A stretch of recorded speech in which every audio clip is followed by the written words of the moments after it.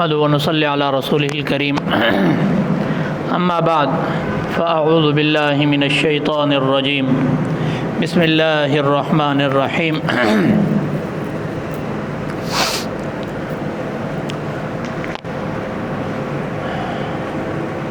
ونفس وما سواها فألهمها فجورها وتقواها قد افلح من زکاها وقد خاب من دساها۔ میرے بھائی قرآن مجید نیچے لے کے بیٹھے ہو اللہ والو،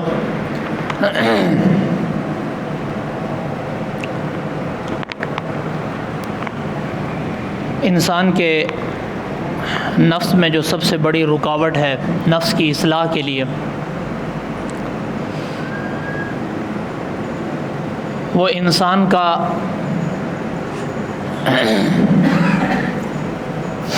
اپنا نفس ہی ہے۔ ہم کبھی اس طرح سمجھتے ہیں کہ یار فلاں آدمی کو شیطان نے گمراہ کر دیا اور اس نے شیطان کا کہا مان لیا،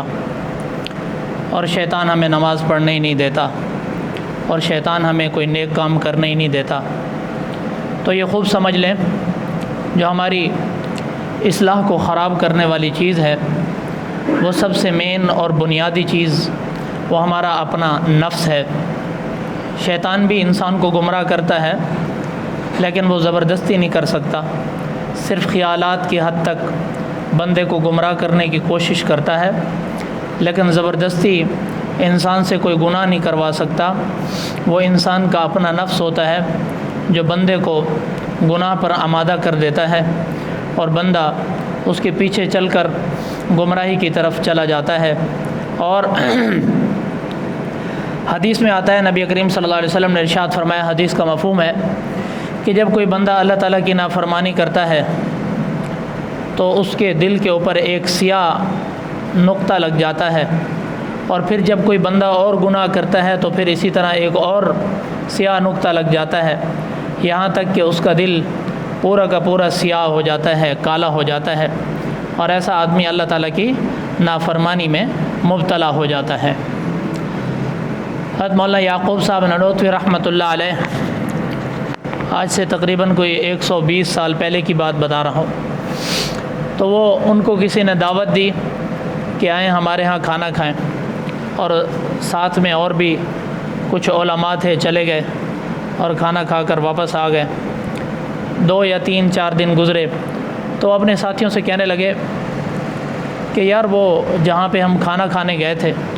ان کا کھانا تو ہم نے کھا لیا، وہ کس چیز کی کمائی تھی؟ کیا وہ بندہ صحیح اعمال کرتا تھا یا نہیں کرتا تھا؟ اس کی حلال کی کمائی تھی یا نہیں تھی؟ تو انہوں نے کہا حضرت مسلمان تھا، اللہ تعالیٰ کا نام لیتا تھا، اللہ کا بندہ تھا، اس نے ہمیں بلایا۔ تو کہنے لگے نہیں، جب حلال کی کمائی نہ ہو تو دل کے اوپر خواہشات، گناہوں کے خیالات آتے ہیں، تو وہ ان لوگوں کا ایسا تقویٰ تھا۔ اب تو ہمارے اندر وہ چیز ہی ختم ہو گئی، ہم کبھی یہ ججمنٹ کر سکیں، یعنی بالکل ہمارے اندر سے احساس ہی ختم ہو گیا کہ ہم کیا کھا رہے ہیں، کیا پی رہے ہیں، اور ہمارے اندر وہ خاصیت ہی ختم ہو گئی۔ ہم گناہ کرتے ہیں، گناہ کو تصور ہی نہیں کرتے، ہم نیکی کرتے ہیں تو اس کی لذت ہی نہیں ملتی، گناہ کرتے ہیں ہمیں محسوس ہی نہیں ہوتا کہ ہم گناہ کر رہے ہیں۔ تو اب وہ ہمارے اندر وہ کیفیات ہی نہیں رہی جو پہلے اکابرین کے اندر ہوتی تھی۔ مولانا یعقوب صاحب رحمۃ اللہ علیہ کے کہنے کا مقصد یہ تھا کہ ہم اپنے کھانے کے اوپر بھی توجہ دیا کریں کہ یہ حلال سے آ رہا ہے یا حرام سے آ رہا ہے، کیونکہ یہ اس وقت ہوتا ہے جب حرام کا لقمہ ہم کھاتے ہیں تو پھر گناہ کے خیالات آتے ہیں۔ ایک بزرگ گزرے محمود غزنوی رحمۃ اللہ علیہ، ان کے پاس ایک شخص تھا، ان کا ملازم ایاز، بہت ذہین تھا، اور اس کے ذہانت کے چرچے دور دور تک تھے۔ محمود غزنوی رحمۃ اللہ علیہ وہ اتنا کسی وزیر مشیر کو پروٹوکول نہیں دیتے تھے جتنا اس کو دیتے تھے، اتنا وزیر اعظم کو بھی پروٹوکول نہیں دیتے تھے جتنا اس ایاز کو دیا جاتا تھا۔ وہ اس کی ذہانت کی وجہ سے اس کے کافی مشہور واقعات بھی ہیں، تو میں آپ کو بتاتا چلوں۔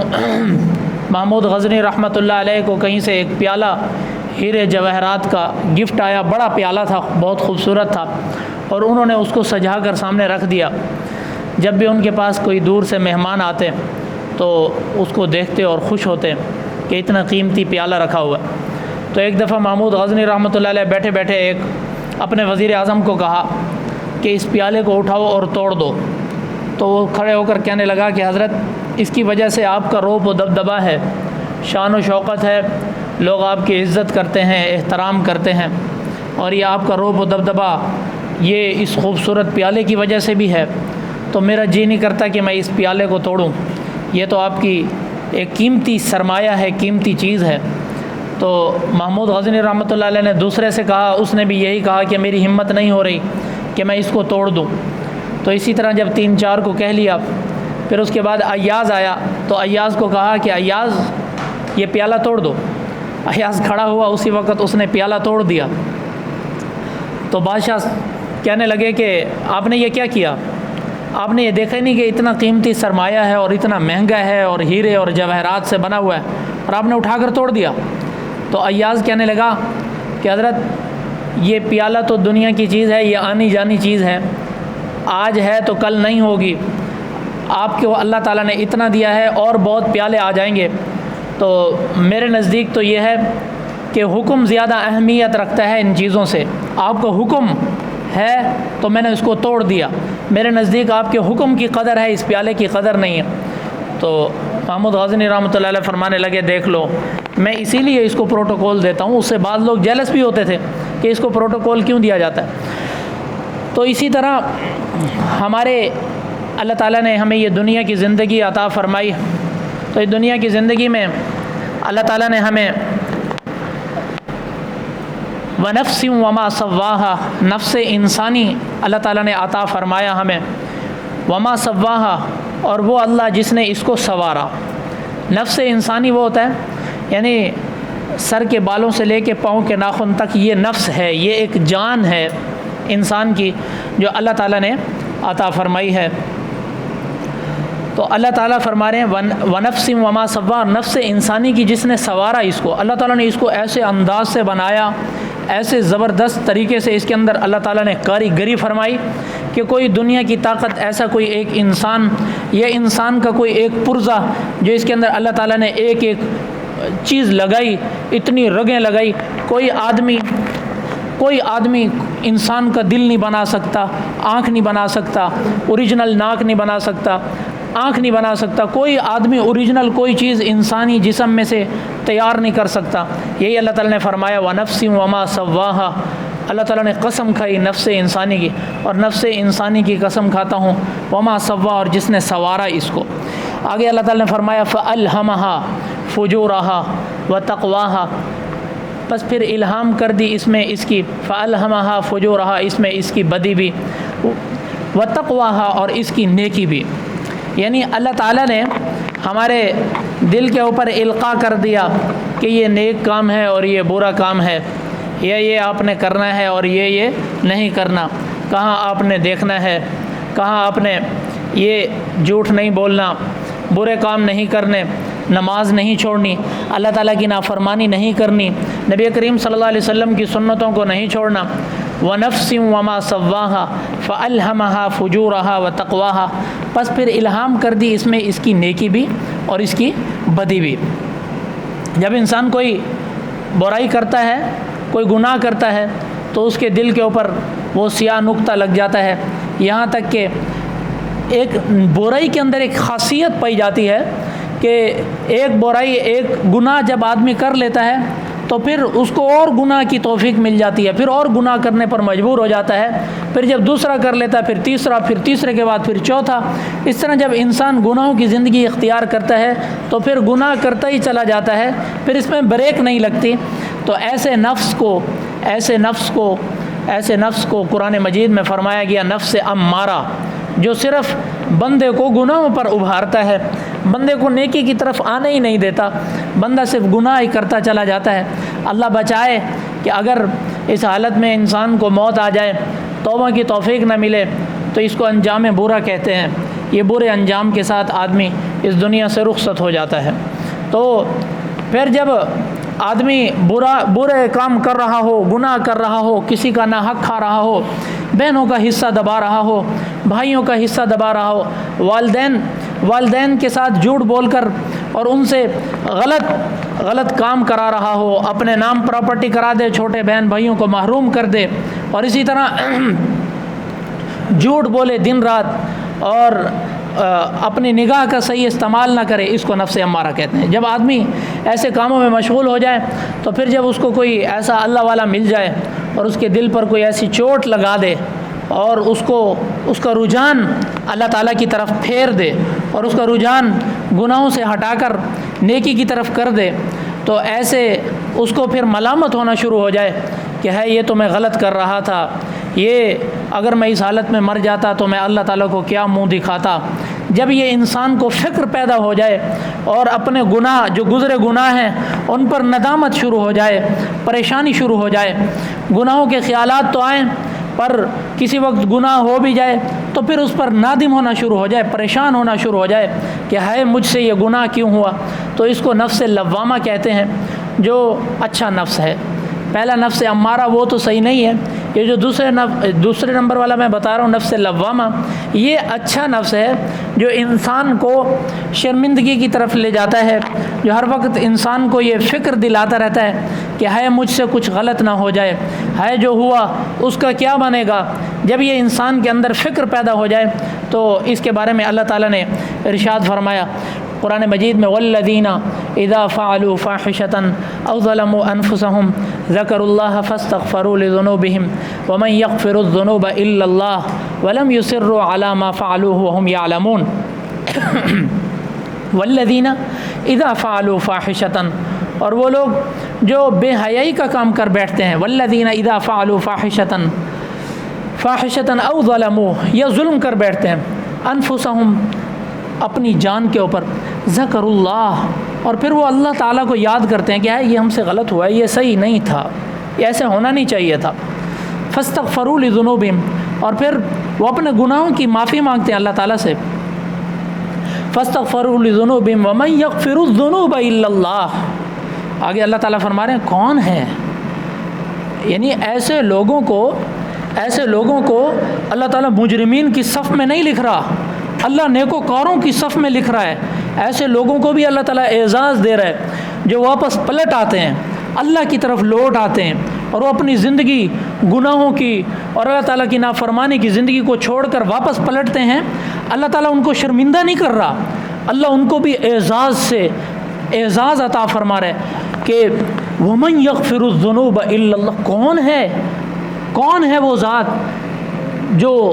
تمہارے گناہوں کو معاف کر دیتی، وَمَن يَغْفِرُ الذُّنُوبَ، وَمَن يَغْفِرُ الذُّنُوبَ، جو بخش دیتی ہے گناہوں کو، ذنوب الا اللہ، اور پھر جب تم اللہ کی طرف لوٹ آتے، وَلَمْ يُصِرُّوا عَلَى مَا فَعَلُوا وَهُمْ يَعْلَمُونَ، اور ان لوگوں کی صفت اللہ تعالیٰ بیان کر رہے ہیں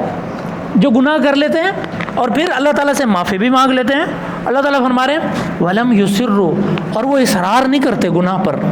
بار بار ایک گناہ کر کے پھر دوسرے گناہ کا انتظار نہیں کرتے، پھر جلدی جلدی اللہ تعالیٰ سے توبہ کرتے ہیں، یا اللہ ہم سے غلطی ہو گئی تو ہمیں معاف کر دے۔ وَلَمْ يُصِرُّوا، اور وہ اصرار نہیں کرتے اس پر، وَلَمْ يُصِرُّوا عَلَى مَا فَعَلُوا وَهُمْ يَعْلَمُونَ، اور جو کچھ وہ کر رہے ہوتے ہیں اللہ تعالیٰ اس کو جان رہا ہوتا ہے۔ تو ایسے لوگوں کو اللہ تعالیٰ معاف کر دیتے ہیں، بخش دیتے ہیں، توبہ کی توفیق عطا فرما دیتے ہیں جب بندے کے دل کے اندر یہ ایسی ایک چیز پیدا ہو جاتی ہے۔ جب ایسی چیز پیدا ہو جاتی ہے تو ایسے بندے کو اللہ تعالیٰ نفس مطمئنہ بھی عطا فرما دیتے ہیں۔ نفس مطمئنہ وہ ہوتا ہے جو کبھی گناہ کا دل میں خیال تو آ جاتا ہے پر اس کا کوئی فائدہ نہیں ہوتا، آدمی گناہوں سے بچ جاتا ہے، آدمی گناہوں کی طرف آگے بڑھتا نہیں ہے بلکہ گناہوں سے توبہ تائب ہو چکا ہوتا ہے اور اللہ تعالیٰ اس کو معاف کر دیتے ہیں، اور وہ نفس مطمئنہ وہ ہوتا ہے جو گناہوں سے بچ جاتا ہے، صرف نیکی کے کام کرتا رہتا ہے، یہ ہے نفس مطمئنہ۔ ایک دفعہ نبی کریم صلی اللہ تعالیٰ علیہ وسلم بیٹھے ہوئے تھے تو حضرت عبداللہ ابن عباس نے یہ قرآن مجید کی آیت تلاوت کی، یا ایتھا النفس المطمئنہ